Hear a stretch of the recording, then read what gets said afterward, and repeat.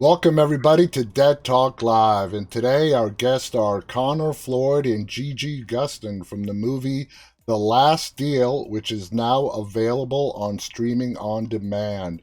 I want to welcome to both of you here today. How are you guys doing? Doing good, doing good. Got my coffee. We are good, man. Thanks for having us on. It is my pleasure. It is my pleasure. So let's start off with talking with the movie. Premiered in theaters, now available on streaming on demand on February 3rd, just a short while ago. Gigi, I want to start with you. This story focuses on the impact that legalizing marijuana, in this case California first, had on the street dealers. What was Mhm. your thoughts on the story overall? Well, I was really excited when I got the script because I hadn't quite read anything like it. I blow through so many scripts. And the reason why I like this one was because it was so original and territory that I hadn't seen be explored. So that's why I wanted to be a part of it. Definitely. I've never seen a movie that actually showed the impact that it had on the black market trade of marijuana once it became legalized. The news media really didn't cover it. Television, movies never covered it until now. So it was definitely a unique take and something that we as viewers have never seen before. Now, Connor, your character Marcus is one of the lead characters, Vincent Byers. You come across as someone who was sort of born with a silver spoon in your mouth, like entitled. What were your impressions of Marcus when you first heard about the character, read him, and so on? Me and Gigi actually have a pretty similar story. We both auditioned for different roles, and went through the whole callback process, and then afterwards, Jonathan both gave us a call and said, we're going to go different directions with here. Some things have changed, but we still want both of y'all to be involved, and so both of our characters were written in for us. Nice. And when yeah. And so when Jonathan kind of pitched the character to me, he goes, it's a small piece of the pie, but you get to go, you get to do a round with Anthony Molinari, the star of the film. So he's a real savvy vet. He's been around for a while. He's been in a lot of really big projects. Hmm. So I was really excited to act with him, right? Mhm. But as far as Marcus goes, man, this guy's just kind of an idiot, I think. Yeah. ID? What? You Yeah. kidding? Yeah, I think you nailed it. A little entitled, he's we were playing with the fact that he might be like one of those SoundCloud kind of YouTube Yeah. esque artists, and so he's taking advantage of that market and racking up as much cash as he can from all those streams and just living his life. Living He's it got no, up, living it yeah. up. Now, Gigi, your character, we see with Marcus along with another woman. Uh, it sort of goes into feeding into the uh, aspect that we're given of Marcus, that he's sort of whatever he wants, he gets. He has money, and women are after him because of his money. Is that how you see your character, whose name is Brittany, as being with Marcus just for what he can do for her, get for her, and so on? Yeah, I think so. I think she's here for a good time, not a long time. You're with me just for my money, Gigi. So sorry, you got me. But yeah, it's and I loved the way that Connor played his character because it really gave me some room to play. And he's like, "Hey, Brittany, get my ID." And then because that was kind of a lot of that was improv, and we just kind of played with it. So we kind of created that little dynamic together, like on the spot. But I was able to play off of that just because of what Connor brought to the table. That's awesome. Mhm. Now, Connor, you are a big regular on The Young and the Restless, a Woo. hugely popular, long running soap opera. You've been on there now for almost 2 years as Philip Chance Chancellor. Um, Now, going from a soap opera to films, is that a major transition that you have to make? I mean, you're still on the show. Yeah. It's totally different because I had done, things like The Last Deal. We actually shot that before I was on the show. So Hmm. coming from film, going to the TV was it was a big adjustment just because, that show we're shooting on a soundstage. We got 4 cameras shooting. There's the lighting set up. It's just like little things that you kind of lose from film, where you kind of lose the freedom. Yeah. That scene that me and Gigi did, Jonathan was like, "Get after it, do whatever you want. I don't care. We'll follow you. You're not worried about cutting off somebody's light or getting in somebody's camera angle or something like that." And so movement kind of becomes restricted on those sound stages just because of the camera angles and the lighting. So yeah, Now, it's just little things like that. it was really interesting as I was looking up your guys' career path. You both got into the business around the same time. You both have about the same amount of credits, which is a lot, under your belts as well. Now, Gigi, you have quite a few upcoming films. You've been really promoting Nightmare at Precinct 84. What Yeah. can you tell us about Nightmare and your role in it, if anything at all? Yeah. So, it's an anthology film. So, just for the people that don't know, it's just a feature, but made up of short stories with a wraparound. And what happened was I had actually self-financed a short film called Night Flirt that I hired someone to write just for me. And there's not a whole lot of major platforms for short films, so I wanted to take it farther. Mm-hmm. So I had kind of rounded up some friends and said, let's put our short films together, like find a way to finance a Yeah. wraparound to do an anthology. So we actually have one short film from called We All Scream, from the directors who did The Gallows Oh, 1 and 2. yeah. And I love The Gallows. I love horror films. I've interviewed the two directors, and for the life of me, I forgot their names. I'm so Chris sorry. and Travis. Yes, yes. Yeah, Travis. they're Yes, fantastic. I've I was interviewed just them. elated. I was just elated that they were willing to be a part of it. So we're partners with them, and we're doing a screening later this week, and we hope to get distribution within the next couple of months. So That is awesome. Now, you wrote Nightmare at Precinct 84. You were part of the writing team. Is writing right. something that you want to pursue as your career progresses? To be honest, no. Like I have a story by credit. I think that I have good ideas, but to be able to put it on paper Yeah. is a completely different feat. And that's not where I think I'm strong. So for me, I'd rather be like, I have this idea, like, what do you think? And then I'd rather hire somebody to write it, because I know that it'll be done right. And then me, like, I just want to act. I've Hmm. learned a lot from producing short films and jumping on board, and I've gotten semi good at it, but I like to be in front of the camera for sure. I totally hear you. Now, Connor, a lot of actors have gotten their start in daytime TV.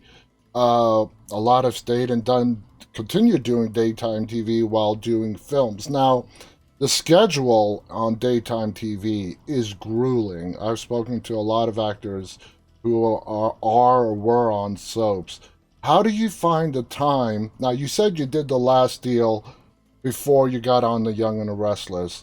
Have you done any films since you've been on The Young and the Restless? I haven't. I've been strictly this for, the past year and a half. But it's kind of funny. A lot of these films that I did beforehand they took a little longer in production. So now they're finally coming to light. Like The Last Deal, there's another movie on Lifetime that's coming out next month. But yeah, it's just been all soaps for the last year and a half, baby. Now, do you see moving forward as your career progresses? You think you could find a balance to continue doing feature films while keeping your role on The Young and the Restless, or is one or the other going to have to give? No, I think so. I mean, I love film. That's why I got into this. So it would be nice to get back to that down the road. You can Now, do it all. yeah, You stop it. I just bring it up because I know, I mean, daytime TV, you're pushing out 5 new episodes every week. Yeah, it's And kind of something I didn't know until I got into this was the workload. And it's, we Tuesday through Friday we're shooting, and it's for all you production junkies out there, we're shooting 60 pages a day, which is just unheard of. And sometimes it's more than that, and it's a well-oiled machine. And if you cause any complications, you're not going to fit in. you've So become yeah. You've become it's sort of a fan favorite on the Young and the Restless. What has been the reaction towards you? You think Uh, so? My fan favorite? well, in a little roundabout ways. I do occasionally. I used to watch soaps because my my mom watched them growing up and so on. So I grew up watching soaps, and I occasionally tune in and out sometimes. But what has been the overall fan reaction towards your character on the show? It's back and forth. I remember when I first got on, everybody wanted me to cut my hair, and it really upset me. It's like, oh, I think that this guy needs to cut his hair. He looks dirty or something. But everyone's really nice now. Everyone's been very accommodating, very welcoming. It's kind of funny when all the different storylines will hit. It kind of depends on if someone's going to start ripping into you on Instagram or something like that. Yeah, people get very heavily invested. Now, Yeah, yeah. Gigi, you have done a lot of horror films so far. Do you consider yourself a fan of the genre? Oh, absolutely. Hardcore. So, like moving forward, you wanna, you said you're happy being in front of the screen, being an actress. Yeah. Doing more horror. If someone, let me put it this way, if you're, let's say 5, 10, 15 years from now, you've been sort of cemented as one of the new horror scream queens, would you be Right. happy and satisfied with that? Yeah, absolutely. Like the new Jamie Lee Curtis, you know what I mean? I see it now. I see it now. Put it in the universe, baby. Put it in the universe. I'll try. Oh, Jamie Lee Curtis is the ultimate. Like I've seen all the original Prom Night, the original Terror Train, the original Halloween, and I go to these late night random obscure screenings all the time that no one wants to come to with me. I'm a hardcore fan. And I know you are. You know why? Because Terror Train is the original. They redid it recently on Tubi. The original Terror Train with Jamie Lee Curtis is not a movie that a lot of people know of. So the fact that Yeah. you knew that says it all. That you are a hardcore horror fan, and the fact that you mentioned it impressed me. Before we go, I want to ask both of you the same question. And how did you guys get your start into your break into acting? We'll go with Connor first. Oh, man, I break into acting. I don't know. I feel like this might be my break, man. This YNR. This is a great opportunity for me to get in front of a lot of people and consistently work on my acting. So I feel like this could be my break. Would you recommend for people trying to get into this industry, like of course any role you can get, you'll take it, but would Yeah. you give them the advice that, getting into a soap opera, even as a really guest appearance on a single episode, is a great way to get, your feet into the door? Yeah, I think so. I think so, man. There's a lot of actors that have been working for, 40 plus years on that show. So if you can get around these guys and learn as much as you can, I mean, they found the secret sauce. They know how to keep working forever. Exactly. And like we were just talking about, it's a workload. And if you go in, it's about what you make it. So if you go in and give it 100%, 4 days a week for however long you have to shoot, and you'll come out the other end, and you'll really fine tune all those acting instruments you have. Interesting. Now, Gigi, how about you? How did you get into acting, and how did did you know from like early childhood this is what you wanted to do? Well, I guess my journey is pretty interesting. I did start out as a child actor. I did, plays and theater and Chuck E. Cheese commercials. And then actually what happened was my parents split up, and so my mom had to get a full-time job, and there was no one to drive me up to New York. I was living in New Jersey at the time, for auditions and bookings. So completely fell out of it. But as I got a little bit older, I was always obsessed with film. So when I was like 18 or 19, I decided I wanted to get back into it and that I wasn't going to go to college.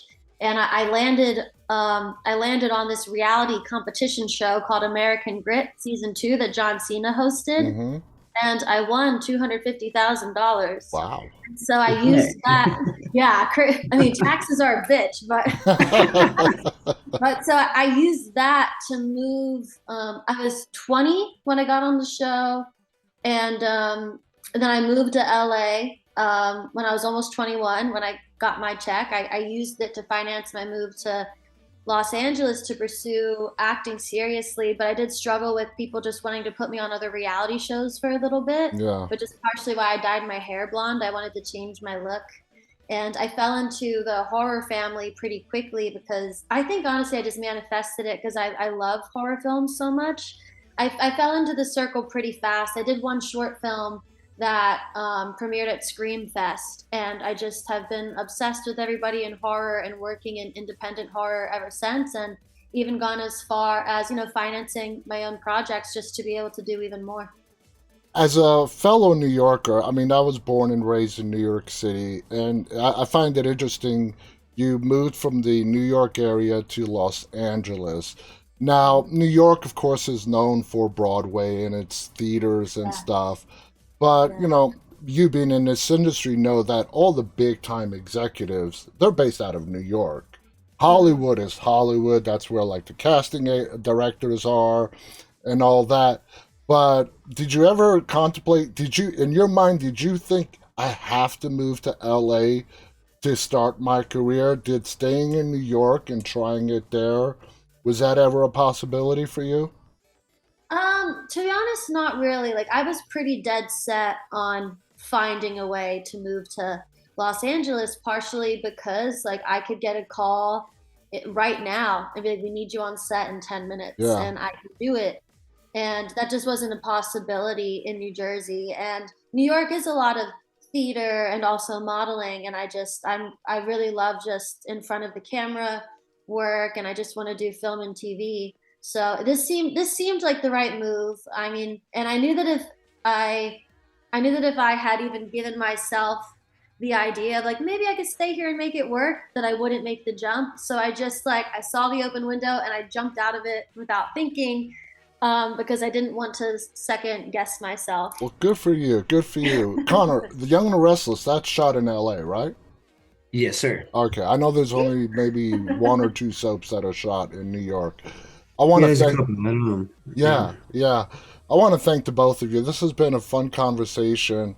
Connor Floyd, Gigi Gustin. The movie, guys, is called The Last Deal.